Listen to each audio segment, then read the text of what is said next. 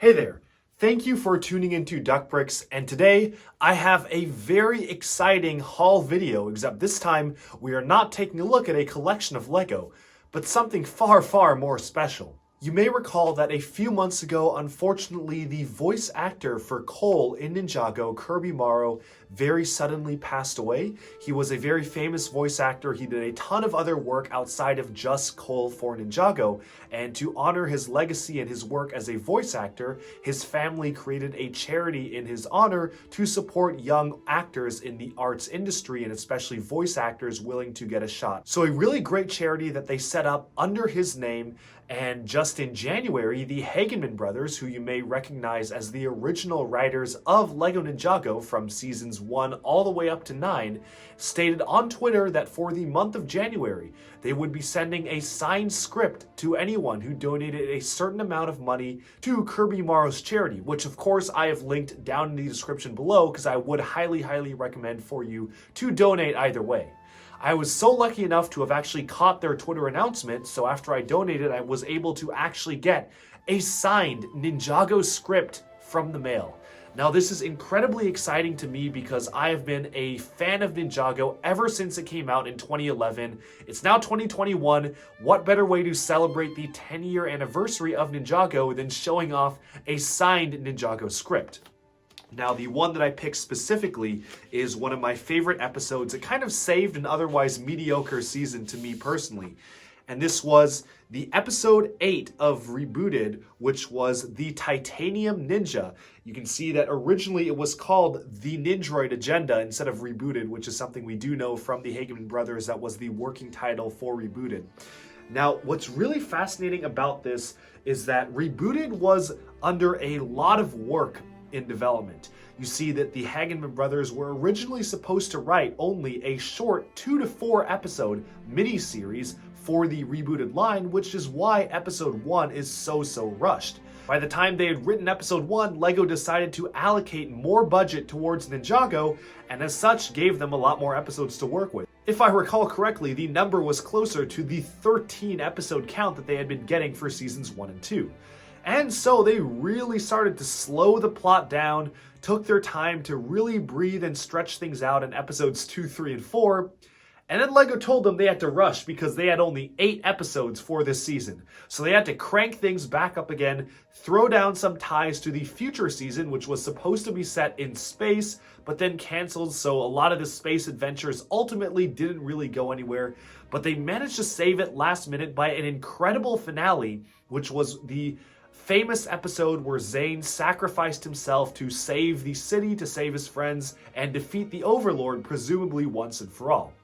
So with me here, I have a signed copy of the Titanium Ninja script, and we will be taking a much closer look at it because they actually included some scenes that were deleted and omitted from the final cut. Some really interesting stuff in here. So let's dive in and take a look at this script. Such a cool collector's item, I will say, and this is definitely going to be framed up on my wall as soon as I get a frame for it, so I'm going to be very careful with it because it is signed by Kevin and Dan Hageman, the original writers of the show, printed with the same printer that they used to deliver the scripts for the actors, and of course printed by the same computer that they wrote the script on. So it is as close to an original copy as you can get, with my name on it as well, which is totally crazy. Such a cool collector's item. I'm incredibly lucky to have gotten this. And again, support Kirby Morrow's charity. Please go down in the link in the description below to check that out because it is a great cause for anyone interested in the arts or acting industry in general.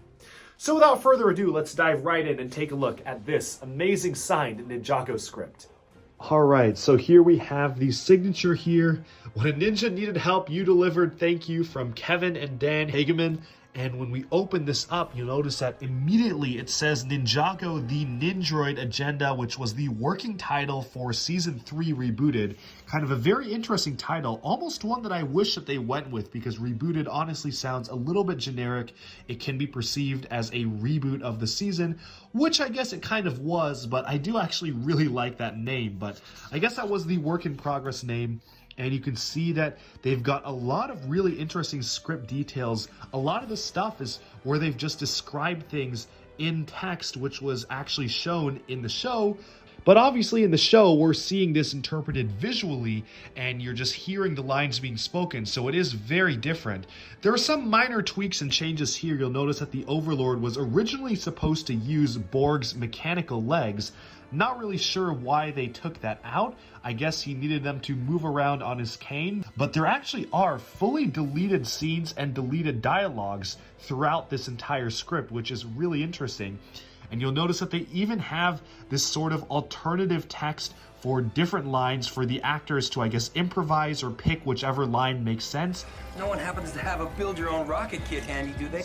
Kind of interesting how they do that, and this even ties into animation details. You'll notice that there's a line here where Cole is saying, rocket in their pocket or build your own rocket kit, and then later on, it says that the compact ninja craft should have the words pocket rocket or alternate ninja 5, something like that, on the sides of it. I don't remember seeing any words on the craft at all. I'm presuming that this was so that they wouldn't have to translate it into different languages for airing the episode in other countries, but it's pretty interesting to see what kinds of things that they were playing around with here. Moving on to here, there's actually a completely new scene right here that we did not even see at all in the show. It was a much more extended scene of the Golden Master rampaging through the city, and even the postman trying to face off against him. There's also this pretty cool line where he says, "You've heard of the power of the first Spinjitzu master, now witness the power of the last." I kind of wish he said that because that's a pretty cool line to say. If I remember correctly, all he said was this line right here, and then the scene cuts. So everything past this line is just completely cut. They had a battle between security mechs and the Golden Master, which never, of course, happened in the show. Postman and the civilian mob fighting against him, which was actually set up in some of the earlier episodes, which never got a full payoff. A little bit of an extra dialogue between Pythor and the Overlord here, which is pretty interesting. And then, of course, you cut to the planet of Ninjago moving towards us. I don't think that it's ever been called Planet Ninjago in the show. That's pretty interesting. I don't necessarily know if that's the right name for the planet. All we know is that there is Ninjago City, but here it seems to say this is Planet Ninjago, which is pretty interesting. And yeah, you'll notice that in the actual show, we jump straight from bow to your Golden Master all the way to this line here. So that entire scene was cut, unfortunately, but I can understand why it was cut. Probably was the least important thing in this episode to have the civilians actually rising up against him. Moving on, there's just a few lines of dialogue here and there that were a little bit different as to how they appeared in the show, specifically with these lines right here, but nothing too crazy going on. What's also interesting is that it specifically states that the ninja were using zip lines, using power lines as zip lines to go to the temple, and were zip lining to the temple. This is a direct reference to the actual Lego set, which features a zip line, and the ninja going alongside zip lines to the temple. Kind of strange how they cut that out, because this particular feature was a part of the set. They even had this complicated string that had to be hooked from the temple onto an adjacent tree, and none of that was in the show at all. They just quickly ran straight to the temple, and then it immediately was end of scene for that point. Didn't really see the temple otherwise, so kind of interesting how this was just completely cut, which seems to have either been based off of a set feature, or the set feature was based off of that. We have some more extended dialogue between Nia and Cryptor. I kind of find it funny how she directly calls out Cryptor for just making sexist remarks every time he's on screen and interacts with her. I don't know why they actually chose to cut this line. Maybe it was cut for time, but they cut basically all of this point here. I do remember him saying this, and I believe the scene just cut, and we cut right to here, which is kind of an awkward cut, to be honest. So I kind of wish they still included these last two lines. And even further than that, we have pretty much the same stuff around here, nothing too new. Some more kind of dialogue from Pythor. A lot of Pythor dialogue appears to have been cut. Some more interesting dialogue stuff here. If you'll notice right here, the Golden Master actually says that his powers aren't working and people are cheering. I do remember Pythor saying to attack the people, but I'm actually very glad they cut out the line of the Overlord saying, "Oh, you're evil," to Pythor. Honestly, this feels really hokey to me. I'm guessing that the Hageman brothers also decided this, so they decided to take it out. This feels like a really hokey and awkward line, especially when the rest of the episode was very serious. So it's good that they actually did decide to take this out. What is really weird that they took out, and I really wish that they included, is that when Scales reveals himself to ask the people of Ninjago to huddle around him, to have a great exodus into the sewers, first of all, you have this cut line that says, "In the Serpentine Tombs, people go in awe seeing how the snakes live." We didn't even see them go into the Serpentine Tombs at all. It would have been really cool to see this one moment. On the street, Pythor fumes as he connects eyes with Scales and they say each other's names.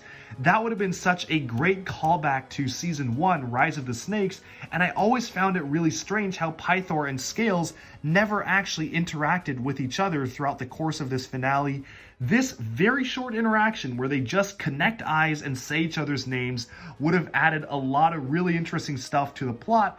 And even further, it even makes it make a lot more sense going forwards into the rest of the episode, because it says that Scales and the other Serpentine were about to nab him. Pythor turns invisible and disappears, and when they launch the shrinking pill at the Overlord, instead of comically jumping in front of him and eating the pill like Pythor did in the episode, it says that the pill disappears in midair because Pythor materialized from the invisibility, choking from the pill. I feel like this would have worked out a lot better having Pythor be invisible while they launched the pill, because the way that it worked out in the episode, the pill was launched towards the Overlord's mouth and Pythor just jumps in out of nowhere and snatches it out of the air. So I kind of wish that they did just leave this scene in and actually showcase him turning invisible and taking the pill from there.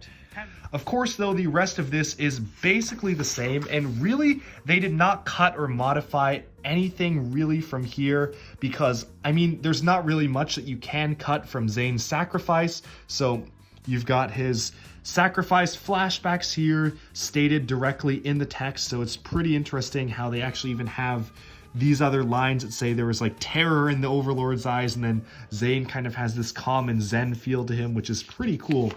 One note that I do actually kind of like is that they originally had Kai having some note cards that he prepared to read, but then later on decided to go off script for Zane's funeral. It's kind of a nice touch to his speech there at the end. I don't recall him showing any note cards in the episode, so I kind of wish that they did include this because it's a nice character detail for Kai, so would have been nice. But again, it was a pretty perfect episode from that point with the funeral for Zane and everything.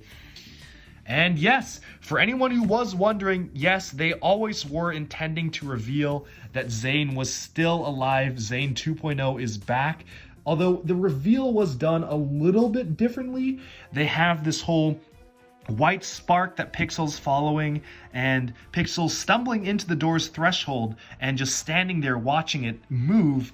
Instead, on the episode, it's this kind of strange animation where she walks into the door and I guess is propelled forwards by the conveyor belt. You can see the background kind of moving behind her as the conveyor belt moves. So a little bit of a strange thing here. I think it works better with her standing into the door's threshold and then the shadow of Zane eclipsing her. I don't know how they would have made it a little bit different, because, I mean, he basically just looked the same, maybe with the armor pads on or something like that.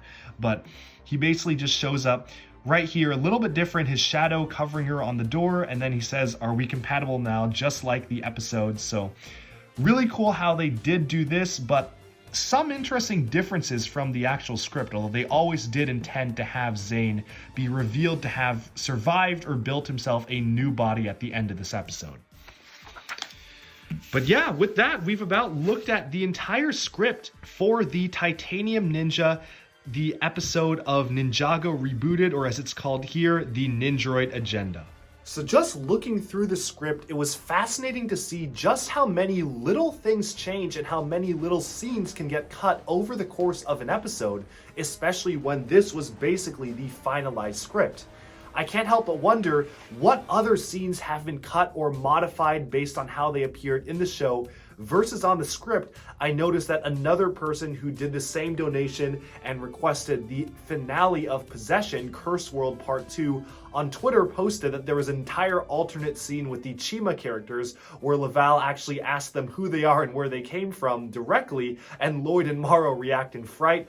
Would have been really interesting to see that, but since at that point Chima was basically over, they probably couldn't get the voice actor to record new lines for a different show. I don't even know how the contract would have worked out for that, so I can see why they reused audio for that clip, but it seems that a lot of the people who requested scripts were seeing a lot of tiny little details that never actually appeared in the show. So man, I'm really wondering if at any point, if they ever do publish these online, it would be certainly fascinating to go in and see just how many things changed from the script to the screen. But all in all, this is an amazing collectible, probably one of the rarest items I'll ever own pertaining to LEGO Ninjago. This is just so cool how it's personally signed. I will definitely be framing this. And let me know down in the comments below, did any of you get scripts yourself? Did any of you donate to the cause and get a signed script from the Hagemans? And if not, what other scripts would you be very interested in seeing? And hopefully maybe someday they will be publishing them or doing another thing like this to support charity where fans can actually get a chance of seeing the script firsthand. But that's all for today. Thank you so much for tuning into Duck Bricks. I hope you enjoyed this relatively unique video showcasing a LEGO haul that's not quite LEGO. Thanks all for tuning in, and I'll talk to you again very soon. Bye bye for now.